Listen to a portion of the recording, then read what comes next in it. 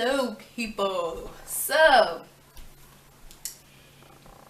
you guys know from my last review when I really hated 503, and after I finished the review I was just like, I'm probably won't even, most likely won't even review 504 because it's going to annoy me. But let me tell you guys something.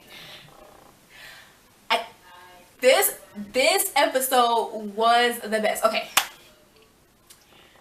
let's take the time to give praise to Olivia Pope and the fact that she did not call Jake. Come on, round of applause, everybody. I was so happy, you don't even know. But okay, let me get myself together. So again, I have notes, that's why I'm looking down. So we start off with Papa Pope and Jake talking about Lazarus won, and Jake was like, somebody's trying to build your empire back, and Jake was like, he's going to kill the person working with Rowan or whatever. And I'm going to go ahead and have a prediction here. My prediction is that, it's probably going to be wrong. My prediction is that since he says he's going to kill the person Rowan's working with, and Rowan's like, well, nice job, finding him. I think it's going to be his wife. I think he's going to have to kill her, and it's going to be hard for him. But let me not jump to the all the way to the heartbreaking conclusion. Although I would not care because it's Jake's character, but it might go there. Okay, so anyway, so then we have this lady who's reporting the whole episode. She eventually started to annoy me, but she was reporting on Papa Pope's history, current situation, and she was like, is Olivia Pope her father's success story? And then we have Quinn meeting Marcus at a restaurant. This gave me vibes. This gave me season 1 vibes. It was a season 2. Season 1 vibes. That's when Quinn came, right? I'm not sure, but I think she was in season 1. That gave me vibes to when Harrison went to Quinn in the bar and was like, you want to be a gladiator in a suit, we slay dragons. And at that time, I didn't really like Harrison when he was here. He was kind of like, don't hate him, don't like him, kind of like, I was kind of leaning towards don't really like him. But he did have Olivia's back a lot, and he did slip up once or twice on something she didn't want him to do, but he was her go-to man, like he was there. And when that scene came and, the parallels, it kind of made me feel a little bit, bad because, remember Harrison and how he was there for Olivia, But I was like, okay, so she was like, we slay dragons, you want to be a gladiator in a suit? And he says no, because he doesn't like the way they roll, because remember, Olivia had helped him when he was sleeping with the mayor's wife, and then the way that they killed the lady, the way they chopped her body up, and he didn't like the way it was going, and whatever. So he walks out. And so I was like, okay, well, there you go. And then we have to Fitz firing Abby in Liz's office. I knew she wasn't going to stay fired for long because, Liv wants her to stay there because that's her friend. And again, I think that friendship's still one-sided, but okay. And then we have Charlie and Jake. They're getting stuff out of the car, talking about Lazarus. And then we have Liv talking on the phone with Fitz, which was one of the cutest scenes, because she was like, you can't fire Abby, you're being emotional, you're an idiot. And when she called him an idiot, I was laughing out loud. He was like, you just call me an idiot? And I was like, oh, you're so cute. And then he's like, well, you're letting her throw you under the bus or whatever, that's what you would do. Then he's like, then you're an idiot. And I was like, you gotta just stop it. And then, so that was cute. And then, the reporter lady was digging in her past, pulling up college videos, talking to her 3rd grade teacher, it's just all crazy stuff. And then Quinn and Huck were in Liv's apartment telling her, they stopped the person that was across from taking pictures or whatever. And they were telling her the status of OPA and how they were trying to get Marcus. And she was like, you guys know how to deal with this, or whatever, you guys need to deal with this. And so then we have Jake and Charlie sitting down, and Charlie's telling him about this female assassin who's so good. And then, wait, I believe they're in Europe at this time. I honestly don't know where they are, because you guys, I'm sorry, but if you're watching this and you're a big Jake person, you might want to click off the video, because you know, I don't really pay attention to, I pay attention to his scenes, but it's kind of like drawn. I just don't like his character, so you know. But I know that they were sitting at like a restaurant or whatever, and Charlie was telling him how this assassin girl, she's so good and she's sexy and she's, you know, she's hot. And then the lady pulls up, and I'm thinking that they don't know each other. Like, I'm thinking they just think that, you know, they just attracted to each other. So I'm like, yes, I was screaming, kiss, kiss already, like put them together. That's what I was screaming the whole time, because, you know, I'm not the only one who's wanted Jake to have a love interest that is not Olivia, because he's because we don't like them together. And all right, and then yeah, cause I was yelling, be together, yes please. If you guys, it would have been hilarious, but I was just yelling, kiss, kiss, kiss. I just wanted them to kiss right there. I didn't even care. Then we go on to Cyrus and Melly. So they're walking through like this pack of reporters, and then Cyrus is talking to them or whatever. And then Melly goes to a caucus, like senatorial meeting, and all the women of the Senate want to impeach Fitz basically. And Cyrus is like, when Cyrus and Melly talk about it, he's basically like, well, he's a man, like kind of like that's the justification for him cheating, like he's a man. So that was funny to me. But then Melly wants to keep a low profile and not impeach him at first, and then Cyrus tries to convince her to do it because, you know, Cyrus is butthurt because he can't get his job back. And then we have every channel on TV talking about Liv saying the apple doesn't fall too far from the tree, and her dad is incarcerated. So, and then Marcus, oh yeah, and they were like she was arrogant, like the people who I guess dealt with her, like she's arrogant, and then they're saying her expensive clothes and her expensive shoes, you know, just painting her this really bad light. And then so Marcus comes back to OPA, he accepts the job, and at first he makes it seem like he just needs the money, like I need the money before you guys lose all the money or whatever. And so he talks about his time like a grocery store, and like it was a wife and a husband. The wife was like, at least she pulled herself out of the ghetto, and then the husband was like, she took advantage of Fitz or something like that. It was some stupid crap. And I was just like, pull yourself out of the ghetto? What? She was never in the ghetto. But you know, people, you know, when you're black, you have to pull yourself out the ghetto. So Marcus accepts the job, and I was like, okay, we have a new Harrison, a replacement Harrison. Hopefully he'll be 10 times better, because I wasn't really feeling Harrison, like I said. And from this episode, I think I'm feeling Marcus already, but we'll see. So Jake and the new chick, he comes to her apartment. He comes in, you know, she's he's like, he left her submission in the past, and he was waiting on her, and how he couldn't wait that long or whatever. And she's basically his ex-wife. No, not his ex-wife, because he thought that she was dead. So I'm assuming he didn't go through a divorce process. So she's still his wife. So, and then they kiss.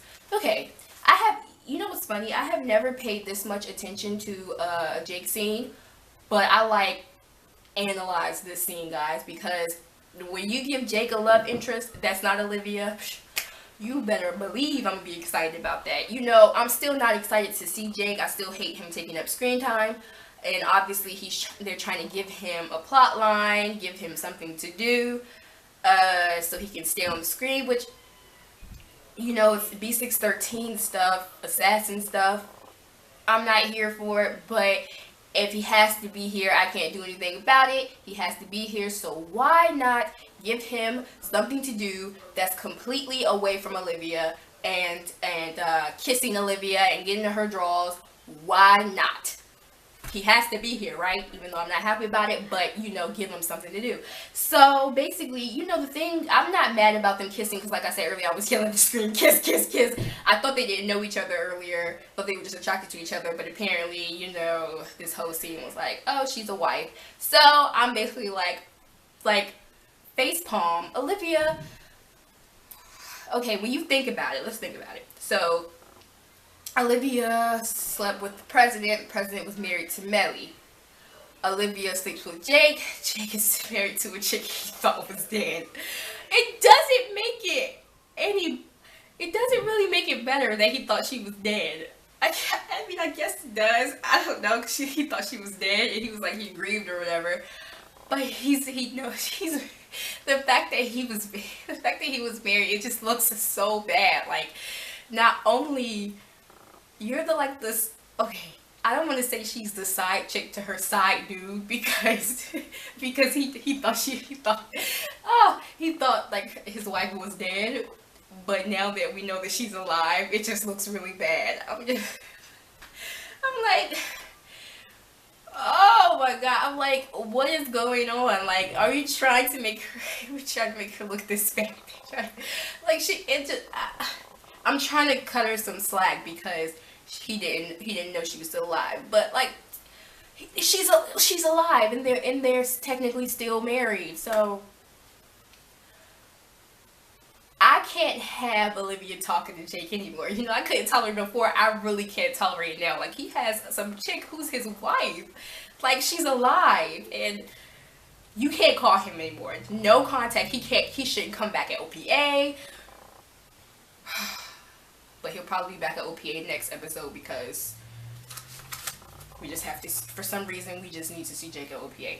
Not. So, basically, Liz is trying to convince this guy, I forgot what his name is, this white guy who's playing tennis, I don't know, so it's this old guy. And because I'm calling him out as this, and the reason why I'm calling him out as this white guy is because he's being ignorant and stuff. So, he was being ignorant and stuff, so I really didn't appreciate it. But he, basically, she tries to convince him not to impeach Fitz, and he's like, well, don't care what you got to say. And then so we cut to like Fitz playing hide and seek. I see him crawling on the floor, like, what is he doing? And then Melly walks in, she's like, shh. She's like, don't shush me. I'm like, just shut up. Because he's playing hide and seek with Teddy, and Teddy is, you know, kids, when they come into the Scandalverse, they disappear after like the episode they were in. You never hear about them again. And we don't know where Ella is. We haven't heard about Ella. We haven't heard about Teddy in a while. You know, Karen, we assume that she's at boarding school. But you know, the kids just don't come up in conversation that often. So when we saw Teddy, I was like, oh, Teddy, he's so cute. He was all giggling behind the curtain. And then when she showed his face, I was like, oh, he's all big now. And they had a little, Melly and Fitz had a little moment. You know, I'm never really here for like heart to heart between them, but it was an okay scene because you could see that she was, you know, thinking about that this is almost the end of their marriage. You know, they have a kid who's, I don't think he's even 4 yet. You know, he's playing hide and seek. To her, I think it dawned on her that this is getting really close to it's the end of their marriage and their time together. And you know, even though they weren't in love with each other, they were married for a very long time, 20 something years. And so you share a lot of experiences with that person. And so I guess I can see like what she was thinking of, but you know, the divorce needs to happen. So Melly basically says she doesn't want to fight. If you don't hurt me, I won't hurt you. And then I was like, you know, that part irritated me only because I know some people like them playing nice with each other, but I feel like Melly serves a better purpose on this show if she's being vindictive and if she's starting a war with somebody else, with other people. I like watching her better that way, only because. And even analyzing her character in the past, I don't think it's very realistic to have her go the easy way. Because she doesn't usually like to take the easy route when it comes to things. Usually she likes to go like the hard way or come up with like a really bad plan and then end up looking stupid. Or she just, you know, she just doesn't like to go easy because she has this big ego thing and this psycho-emotional thing. And she doesn't feel like, she doesn't want to lose, you know. It's this whole big pride thing that she has, and she likes to feel superior to others. So I was like, this can't be easy. There has to be war, you know, it has to be a war. It can't be easy. Come on, this is Scandal. So Cyrus is basically like, he was kind of irritated with Melly because she was trying to go like the easy way, the way that wasn't going to cause a lot of harm or whatever, and Cyrus is not here for it because again, he's butthurt.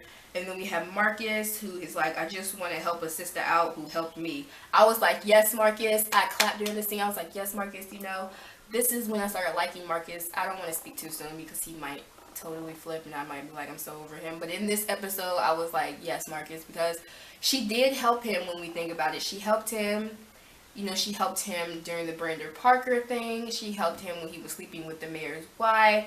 I felt really proud of that scene because, and then the way he said, I just want to help a sister out. It was that whole black unity type feel to it. And I really appreciated it, and I really, really liked it. And I was like, you know, there you go, Marcus. I will give the writers a round of applause for the way they wrote Marcus in this episode. But so the Oval scene with Fitz, Abby, and Liz, that is what it is. You know, Fitz is like, you should be fired right now. The only reason I'm keeping you here is because Olivia thinks that you should still be here. I don't even know why you're talking to me right now. So I was like, that's kind of funny. And then they wanted, they have a little meeting, Fitz, Liz, and like some other Republicans, I think they were. Yeah, some other people. I'm not really sure who they were. But so they're basically having small talk at first, and he wants to talk about, you know, not impeaching him, a way that he can convince them to not impeach him by doing things for them. And then they're like, they want to get Fitz to kill the Brandon bill in order to let him off the hook, in order to not impeach him, because the Brandon bill made a lot of police officers angry and they didn't like it and all this mess. And so then the guy, like the last guy in the room with him, goes, pick a girl more valuable next time. And basically he meant pick a girl white next time. If you're going to sleep outside your marriage next time, pick a white girl. Like a girl who's more appeasing to us. You know, apparently not to Fitz, but to him and the other men that were in the room. Which I was like, really, like, you know, like, irritating. I know it had to happen though, because there's no way, like, in real life they will be picking on her race and stuff in real life. So it has to happen in Scandal to make it a little more realistic. But it still irritated me. But you know, it's realistic. So, you know, they continue going deep into her history. You know, she's on the phone with Fitz, and she's like, there are porn versions of us. I'm guessing like animated. I don't even know. And then people are on the internet saying they want her to get raped. They want to rape her, and they have death threats and all of this stuff against her. And she kind of like breaks down a little bit, and he's like, close the laptop, and she kind of like breaks down, and she's like, I'm fine. She's like, I'm losing a little bit, but I'm fine. And she laughs at, I'm sorry about laughing at that scene, it was kind of funny. But a huge plus, like I said earlier, she's not talking to Jake. Oh, I don't even know what I'm doing right now with my hands, but she's not talking to Jake. I was like, because when I saw the promo, I just knew she was going to be talking to Jake right there. I just knew I was about to get mad, but yes, she's being vulnerable with Fitz. Only a little bit, but you know, it's still there. Ooh, I was like, yeah, there we go. So Cyrus is mad. He's basically growling, and he's like, Cyrus, like, at one point he starts speaking the truth, because she's like, I can get my heart broken and pick myself up, and he's like, you never loved him, you used him, blah blah blah blah, so how can you get your heart broken? I was like, speaking truth, Cy, you're annoying me, but you're speaking the truth right here. And then he goes that he loves Fitz as a child. Fitz is his soul, he's done everything for him. And then he goes, your child is dead, safe dead. I was like, yo, Cyrus, you're being so heartless right now. Like, he's just like, your child's dead, and he repeats it like over and over. Like, Cyrus, you know, as much as I don't like Melly, God, like, can you show a little compassion? Like, you're just throwing around the child's dead. Like, come on. And so Marcus, another scene where Marcus, you know, I don't even know, Marcus was the man this episode. He was the real MVP. He was like, I was like, Marcus, you better get it, because he decided to defend Liv when he was walking down the street and everybody's asking him questions and stuff. I was like, you better get it. And then Quinn was like, what were you doing, blah, blah, blah. He's like, we need to, like, fight this. Like, we need to fight this. Like, he's like, I don't sit down and just let things happen. I hit back or whatever. I was like, you better bring a little bit of the street in there with them because they are tripping. So he goes, they're going to do interviews, whatever. He says, if you get stuck, just call them using dog whistle politics. And dog whistle politics is basically like coded language, like using racism, sexism, whatever, that the targeted group that it's for, they will understand it, but other people won't understand it. So, Quinn and Huck were doing the interviews, you know, backfiring with dog whistle politics, and then Huck, when his interview was almost finished, he was like, dog whistle politics, and that's all he said. I was dying. I was like, Huck, you look so slow. And Liv was laughing at the screen. I was crying, because he was like, just dog whistle politics. And I was like, okay. And then the interview was like, yeah, you said that a few times already. So, Fitz asked Abby what Liv should do, and I like this scene, because I felt that Liv wouldn't have done what Abby said she would do. I don't know where Abby Gabby read. I don't know where she's getting this from. But I feel like Liv would have found a way to twist those guys' arms, or just do something where he could keep the Brandon bill, because it adds to his legacy. You know, it was this huge legislation thing. He could keep the Brandon bill, but they wouldn't impeach him, or she would just let the impeachment go, and then they would ride it, you know, how whatever, you know, she thought should happen. But Abby goes, you know, basically says that you should kill it. And then, so he calls her out and says, we do what's right, you know, I don't work for Liv, we do what's right. And I felt that it needed to be said, because I don't know, I don't know where Abby's official. I'm officially done with her life. But I was proud of Fitz during this scene, because I really didn't want them to throw the Brandon bill away. It was a huge thing with Legacy. Not only that, it is something that it's needed. It's needed in real life, and even more is needed on top of that in real life with the stuff that we have going on now. So I wanted it to be kept. I wanted him to keep it, and I'm so glad he gets to keep it. So then then we get to the last scene. I was swooning, y'all. I was jumping up, running around, and guys, I don't feel good. My stomach is killing me. You know, I hope I don't have a stomach virus. And I was still running around, jumping and stuff, because this scene was so exciting. So Fitz, I can get it out. Fitz comes to get Olivia to take, you guys, excuse me, to take her on a date. And Liv tries to act mad because she's watching it on the screen as his motorcade, his cars are coming to her place, and she's just like, and then she hears like the people outside, and she's like, and then she walks out of the house, and she tries to like, and she's like smiling a little bit, but she's trying to like get her like her mad thing going on, she's trying to make a mad face, and she's like, what the hell are you doing here? And then he's like looking all smug and all happy, and then she's like, what the hell are you doing here? And he's like, ah! Here's the best part, he's like, I'm gonna take my girlfriend on a date. This show's gonna kill me. And then he was like, I'm gonna kiss my girlfriend now. When they got on the elevator, I think he said, I'm gonna kiss my girlfriend now, I'm gonna kiss my girlfriend in public. Something like that. I don't know what it is, but every time he said girlfriend, he only said it like twice. I was just like, Fitzgerald Grant. Oh. So the very last scene, it like flips kind of the reporter. She's like, is Fitz gonna be the first lady, or the first lady to take Fitz down? And then I'm like, can you just like die? Like, this is the first time you see you, but you're really annoying me. Like, and then Melly decides, he walks in to like the little caucus room from earlier. She decides to impeach Fitz, and I'm just like, okay, you're mad, I guess. Did you think about it, what Cyrus said, or are you mad because he's taking Olivia on a date? You just watch what's going on. I think it's because he's taking Olivia on a date, because she was talking about something. I know you guys just watched the latest turn of events or something like that. I'm like, here we go. This is what's going to make Scandal interesting, is that Melly is going on a war against Fitz. I guess she's just going to decide to impeach him.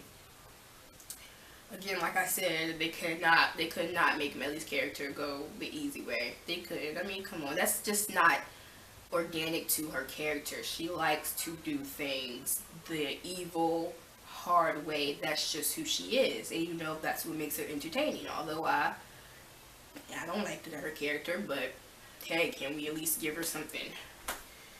Give her something. excited to do. So basically, overall, I say that this episode was really, really good, and on a scale of like 1 to 5, I'd probably give this episode a 4.8. A 4.8. I give it a really good score because I really like this. I really like this episode, and I just knew I was going to be mad. You know, there were tiny things, you know, like seeing Papa Pope on the screen. I'm kind of pissed we didn't get to see Mama Pope. I really want to see Mama Pope. Hey, what did Papa Pope do? Nah, he can't be working Mama Pope. They don't like each other. Never mind. Throw that out the window. But, you know, I hate seeing Papa Pope. I hate that Jake on the last episode told him, basically confirmed to him that Liv needed him. Like, Jake, nobody asked you to do that. Like, stay in your lane. Go have a seat. She was trying to get away, you know. Anyway, the Litz phone call scene, I think the first one where she's like, I don't need saving, I find that offensive. You know, Liv takes pride in being self-sufficient and self-reliant, and she likes to be the person, she likes to be the savior, she likes to be the gladiator. She doesn't like the one, she doesn't like being in the position to have to be saved. In her conversation with Fitz, she finds it offensive. She has to learn how to let other people sometimes, help her out, take on some of the load. They are in a sort of partnership, so she has to allow him to be there for her. She doesn't have to do it all alone. And you know, I think she has a hard time. She's gonna have a hard time letting him help her, and also feeling like she's a very strong woman, because she has this big, you know, she likes to be strong. She likes to be a strong, self-reliant woman, and she has to understand that she can be that while also allowing Fitz to sort of take on some of the load and help her a little bit, because she doesn't have to do it all alone, and him being the man, she's not supposed to have to do it all alone. So basically, coming up, we have this war. That's great. If I was in Liv's position and Liv's in Fitz's position, since Mellie and Cyrus, because I'm sure that Mellie will forgive Cyrus, if they want to play hardball, they want to play a little dirty, you know, everybody's laundry be out in the streets if it was me, because I'm not going to just be labeled as the dirty one while you do underhanded, sneaky things behind my back. No, we're all going to be, no, this is not how it works. If I'm going to be slut shamed and look like a whore, or you whatever, you throw dirt on my name, and throw dirt on the people that I love, dirt's going to be thrown on your name. Like, that's not how it works. Like, it mutually assured destruction. That's like what Fitz said in 501. This is how it's going to go, because, you know, but that's just me. Again, maybe that's not the best move. Maybe the writers don't have a better, like, move in mind. But like I said, everybody be going down with me. I'm not about to go down alone, because I'm not the only dirty bastard in the game. Everybody is. So you throw my secrets out there. If you want to play like that, then your secrets get thrown out there. And I assume you don't want your secrets to be thrown out there because you want to become president one day. So, but what I did like about this Cyrus and Mellie scene is that Cyrus brought up, yeah, he brings up that Susan Ross could possibly take the presidency away from Mellie. And I was like, and I have been for the longest time, I have said, you know, somebody else can end up being president or giving her a run for her money, because she thinks right now that Fitz is the only problem. Like, after she gets, like, rid of Fitz and Liv, that it would be easy for her to get to the presidency. But I really, like, I'm kind of, like, hoping a little bit that she'll have some problems on the way there. Like, before I said I don't mind Mellie becoming president, but I think I mind now, only because I don't think she has really grown and evolved as a character and learned from her mistakes and learned to take responsibility for what she does. And those are things that you have, those are traits that you have to have in order to be a very good president. I wouldn't want a person like Mellie to be the president. I wouldn't want a person like Cyrus. But you know, the really sneaky, evil, vindictive people are usually the ones who are in our, you know, justice system, who run the government. So, you know, maybe she would have a good place there, but, you know, I don't really feel her. But it would be really interesting if Susan Ross decided to become president. But Susan Ross is very good. She seems like a very good person. So, I don't know. And also, there was an article that was brought to my attention about, I think the showrunner, I'm not sure, but it was somebody who was running the show, like one of the people from behind the show, who were like that Rowan equals all black people. And I wanted to touch on that because I totally disagree, and I know a lot of others disagree as well, and it kind of, not kind of, but it offended me, being a black person, because Rowan doesn't like Olivia's choices for a lot of different reasons, but he doesn't like Fitz because he thinks that he acts like a boy. He thinks he's childlike. He doesn't make very decisions. He thinks because Fitz is white, let's just go ahead and put that out there. He doesn't like him for that. And given Rowan's history, he has worked very hard for all that he has. Even if he was sneaky and underhanded with it, he worked for it, and he commented on having to shine their shoes in order to get where he was, in order to give Liv the best, and he feels kind of hurt that she would dare mingle with them, or the good old boys, as he says. But so that's kind of his issue, and he kind of goes to like the highest extent to kind of keep her away from that. And a lot of the things that he does are sick, and they're just flat out disgusting, and they're flat out wrong, and he doesn't get Dad of the Year in any way in my book. But for you to say he represents all black people, when Rowan walks onto the screen, he is the representation of all black people and how they feel, which is incorrect, because a lot of black people don't mind being with someone outside of your race, and they don't mind, it's small petty stuff, I believe, that a lot of people get hung up on. Like, there are a lot of other big things in the world, small petty stuff. So for you to say he represents all black people, and he's too much. I can't deal with Rowan. He does way too much. He like crosses the borderline of disgusting. So please don't compare him to all black people. It's offensive. Oh yeah, earlier when I was watching the scene where the person was taking pictures, and her curtains were open, my first thought was, before I was thinking about the absurdity of the fact that she has her curtains open when she's a national headline, I thought, black people close their curtains at nighttime. That's my first thought, and I can't be the only one who thought that too. And then I was like, that was probably an ignorant thing to think, but I thought it, I wanted to share it, and I can't even say I wouldn't think it again. One thing I don't want to hear come out of Liv's mouth is that I sacrifice for you. I don't need another sacrifice speech from Liv to Fitz. I don't need it. I'm sick of hearing everybody use the word sacrifice. Can we ban the word on Scandal? I'm so sick of hearing it. Every time I hear it, it makes me want to grind my teeth. Like, it's irritating. Like, I'm sick of it. It was, you said yes, you opened your mouth, I don't want to hear it. I enjoyed Liv. I enjoyed Fitz. Basically I enjoyed everyone except for the usual ones I don't enjoy, which are Melly, Cyrus, Abby, and Jake. Meaning I don't like their characters. Not I don't like the performance, like the character's performance, like the actor's performance or whatever. But I just, I'm not here for their characters, but can't do anything about it. So last episode I was irritated with Liv. I actually liked her this episode. Although she was like stuck in her house all episode, she didn't push my buttons too much. So, and again, Marcus, he gets on my MVP list. Like, I give it all to him because he did his thing. I appreciate Marcus. I'm excited to see him at OPA. I thought I wasn't going to be excited to see him at all, because at first when he was introduced in season 4, I was like, meh, kind of like when Harrison was around, meh. But I think he might be, but I don't want to speak too soon, but I like him already. And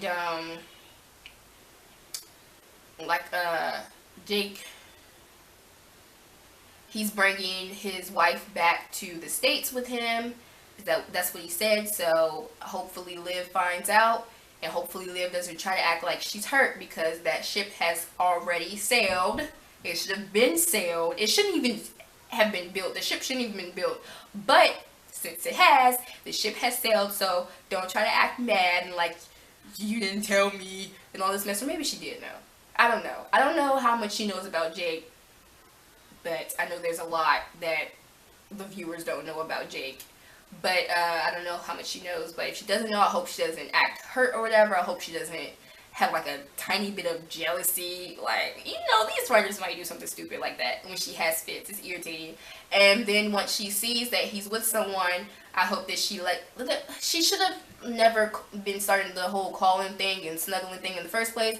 But hopefully that she sees that he is definitely unavailable, which I hope that he's definitely unavailable. Like, Jake, don't be trying to, don't try to, don't even do it. Don't try to be a predator to live and then have your girl, your wife, on the side still trying to hook up with her. Please don't. Can you just like, can you give all your attention, since you have to be on our screens, can you give your attention to this chick and go do your stats and stuff and then leave Olivia alone? But you know, I don't think it's gonna be that easy. He'll probably be at OPA next episode doing something that's going to annoy me. So, you know, yeah, that's that. But for the sake of this episode, it was really, really good. And I really, really liked it. Like, I as you can see, I haven't trashed it. So, if you like this video, please click the like button. If you would love to see a review of another show, put it in the comments. You know, tell me how you felt, your opinions. But, yeah, so I'll talk to you guys in another video. Bye!